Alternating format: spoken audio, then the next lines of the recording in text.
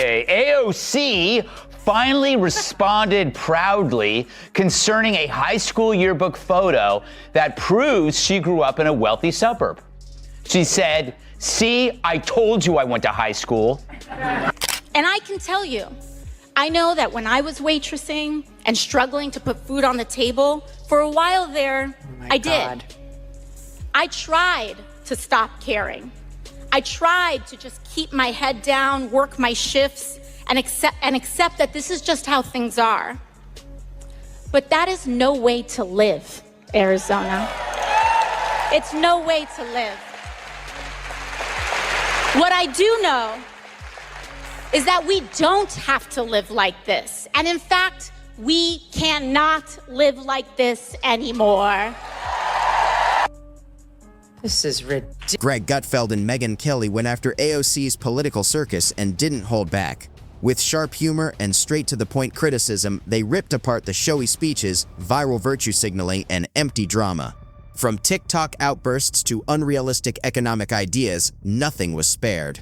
This wasn't just a tough roast. It was the moment the carefully crafted, hashtag-driven image started falling apart. And for anyone waiting on a clever response, there wasn't one. The takedown spoke for itself, leaving her exposed and quiet. This nonsense from like AOC that he should be impeached is just absurd. Absurd. There's no... Okay, get back to me when you've read the Constitution or get a law degree, because you sound like an... There is absolutely no ground to impeach the president. He 100% was within his constitutional authority and his congressionally authorized authority to do what he did on... She's kind of fun in a silly but earnest, wrong but adorable way. She's like your daughter when she comes back from her first year at Brown, full of half-baked, half opinions, in need of some gentle, patient deprogramming. But people have to realize new faces doesn't mean new ideas. Drives me crazy. AOC has never introduced a fresh idea or issue in her life. Greg Gutfeld didn't even need a warm-up before going straight at Alexandria Ocasio-Cortez. The moment her name came up, it was like someone smashed a big red comedy button. Gutfeld came alive instantly, as if he'd just been handed a script labeled endless material. To him, AOC wasn't just a congresswoman, she was a walking, talking political skit that somehow got elected and never realized the laugh track was supposed to stop. She's like an 80-year-old leftist in a used bookstore. I mean, she may look fresh, but she's as stale as an abandoned futon on the street. It's like, I listen to her, I go, I heard that at Berkeley in 1983. So their problem is, and the reason why they don't have any ideas is they operate on half opinions. Like what? If you're enjoying this takedown, don't forget to hit that subscribe button. He kicked things off by poking fun at her habit of treating every Instagram live like a State of the Union speech, just performed for cats, ring lights, and a phone camera. Gutfeld joked that AOC could sit in a room full of real experts and still walk out holding a brand new stack of poorly recycled buzzwords. He said her opinions sounded like reheated leftovers from a college protest rally. Warmed up enough to smell political, but never solid enough to take seriously.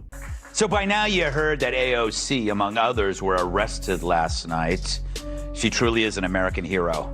It was brutal, taken out in cuffs. Well, technically, her shirt had cuffs. Maybe French cuffs, as she did surrender without fight. Greg then turned his focus to her love for drama, saying AOC treated every Capitol Hill hallway like a fashion runway and every disagreement like an excuse for a TV-style meltdown. In his view, she handled legislation the way a reality show contestant handles a team challenge. Loud, confused, and completely convinced she's the hero, even as everything around her falls apart. As for whether it's a good idea, that's a debate we should be having. And look, if we could get congressional approval of the specific action, fine, I'm okay with that too. If you want to bring it to Congress, go ahead and see how that goes. I don't think it's necessary, but... Then he moved on to policy, and that's where Gutfeld really leaned in. He mocked AOC's biggest ideas as a mix of dreamy fantasy and economic chaos. He joked that the Green New Deal sounded like a 7th grade science project finished the night before. Lots of glitter, colorful poster boards, and no real math behind it.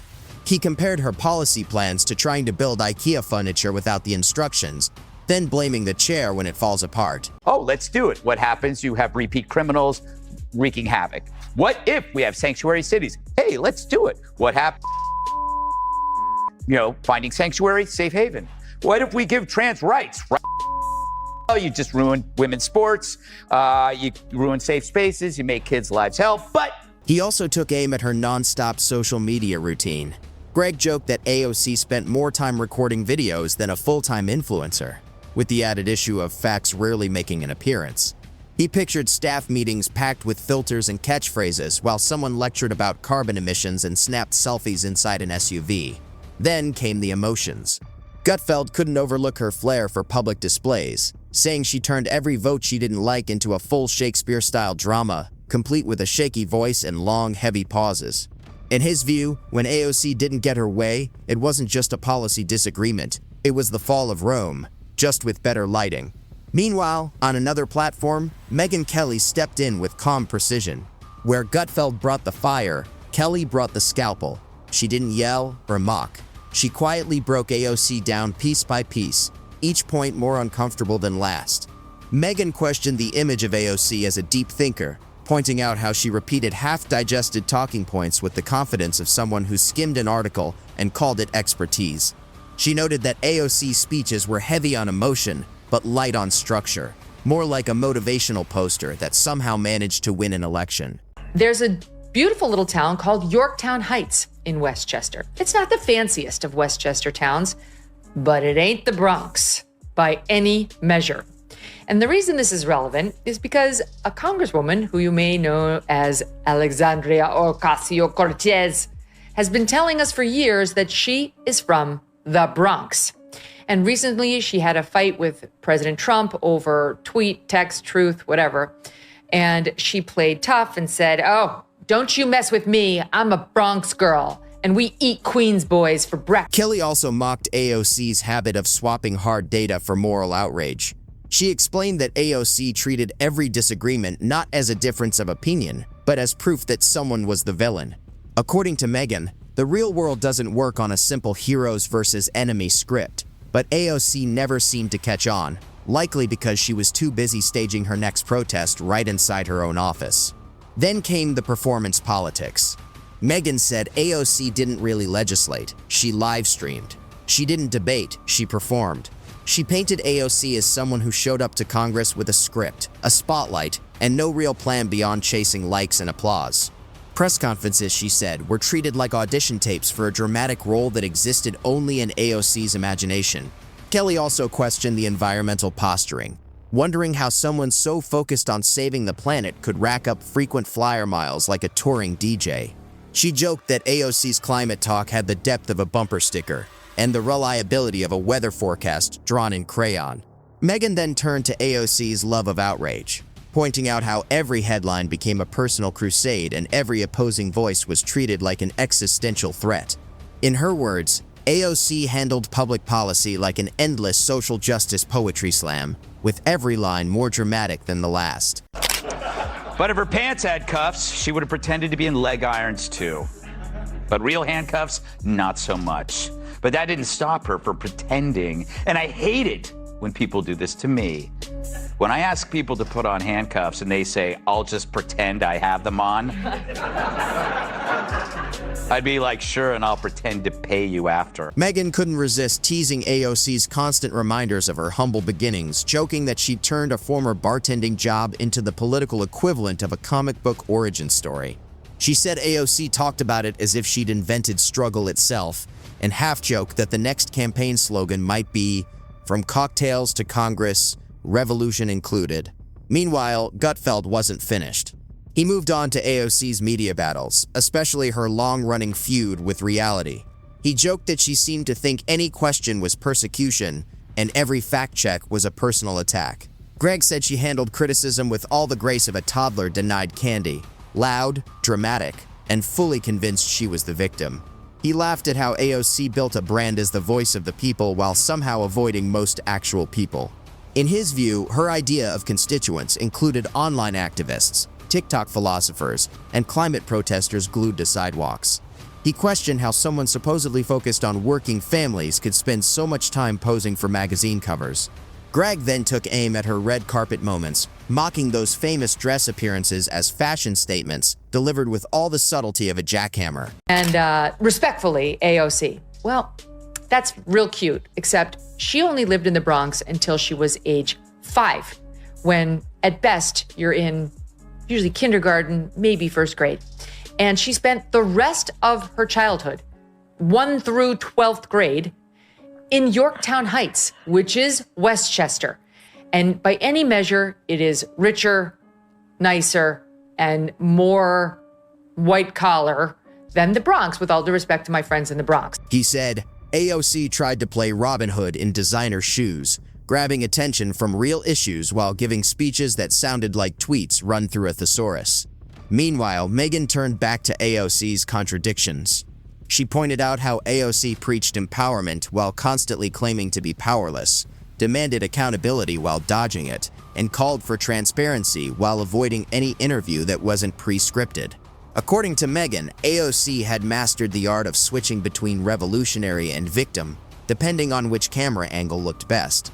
She highlighted AOC's habit of shrinking complex issues into viral one-liners, turning serious debates into slogans, and treating anyone asking for details like an enemy of progress.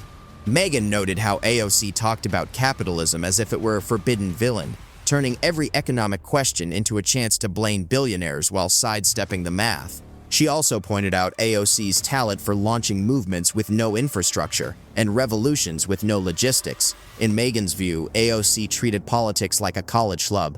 Big plans, lots of posters, and no follow-through once the pizza ran out. Of course, AOC was mocked on social media for imitating being handcuffed, which is a change from her usually being mocked for imitating a congresswoman. That's not even close to being as disgusting as I can be. She, in fact, was gingerly escorted away to a holding area where she kept up the phony display before finally raising her fist to supporters. She then crossed her wrists behind her back, again in the faux handcuffed position. It's as tall a tale as AOC nearly being killed on January. Gutfeld came back swinging, calling AOC the queen of delayed revelations. He said she had a habit of sharing personal trauma only after it became a trending topic, mocking the perfectly timed flashbacks that always seemed to match new legislation or media buzz. According to Greg, if there were an award for best political improv drama, AOC would win every year, and somehow still thank herself on stage. He also took aim at her foreign policy ideas, saying her global strategy boiled down to feeling guilty, blaming America, demanding change, and offering no actual plan. Greg joked that she'd try to solve world crises with inspirational quotes and vegan recipes. Meanwhile, Megyn looked at AOC's quiet shift from activist to establishment favorite, a transformation she never acknowledged. She said AOC wanted all the perks of rebellion along with the privileges of power, all while pretending to stand outside the system she rushed to join. In Megyn's words, it was like crashing a party and then complaining about the music you picked. And now some of her schoolmates, separate and apart from Benny, are weighing in on her claims. I'll get to the Benny thing in one second, but there was a piece in the New York Post talking about how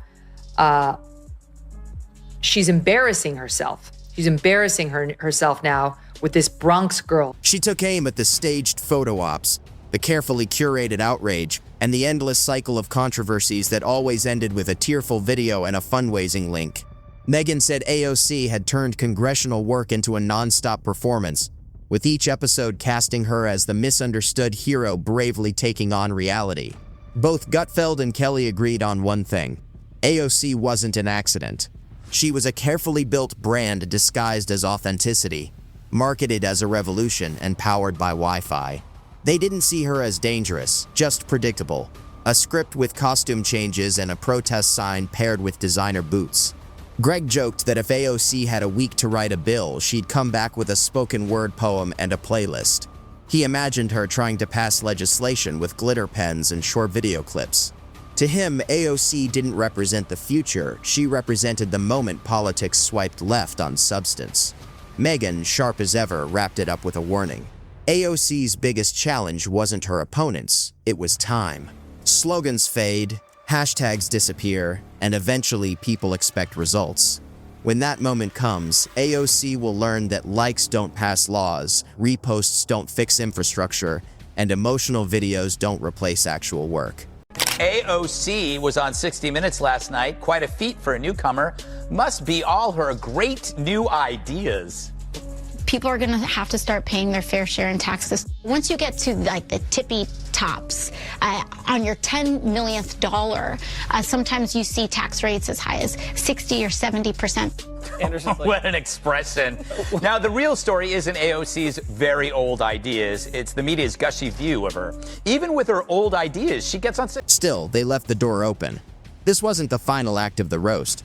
AOC was still on stage, still performing, still soaking up applause from an audience that hadn't read the script. And as long as she kept talking, Gutfeld and Kelly would be there, sharpening their jokes, sipping coffee, and waiting for the next scene. Gutfeld jumped back in, saying AOC's biggest achievement so far was turning every policy discussion into an episode of performative political theater. He joked that she didn't just miss the point, she showed up with props, costumes, and a speech that somehow always ended with applause from people barely paying attention.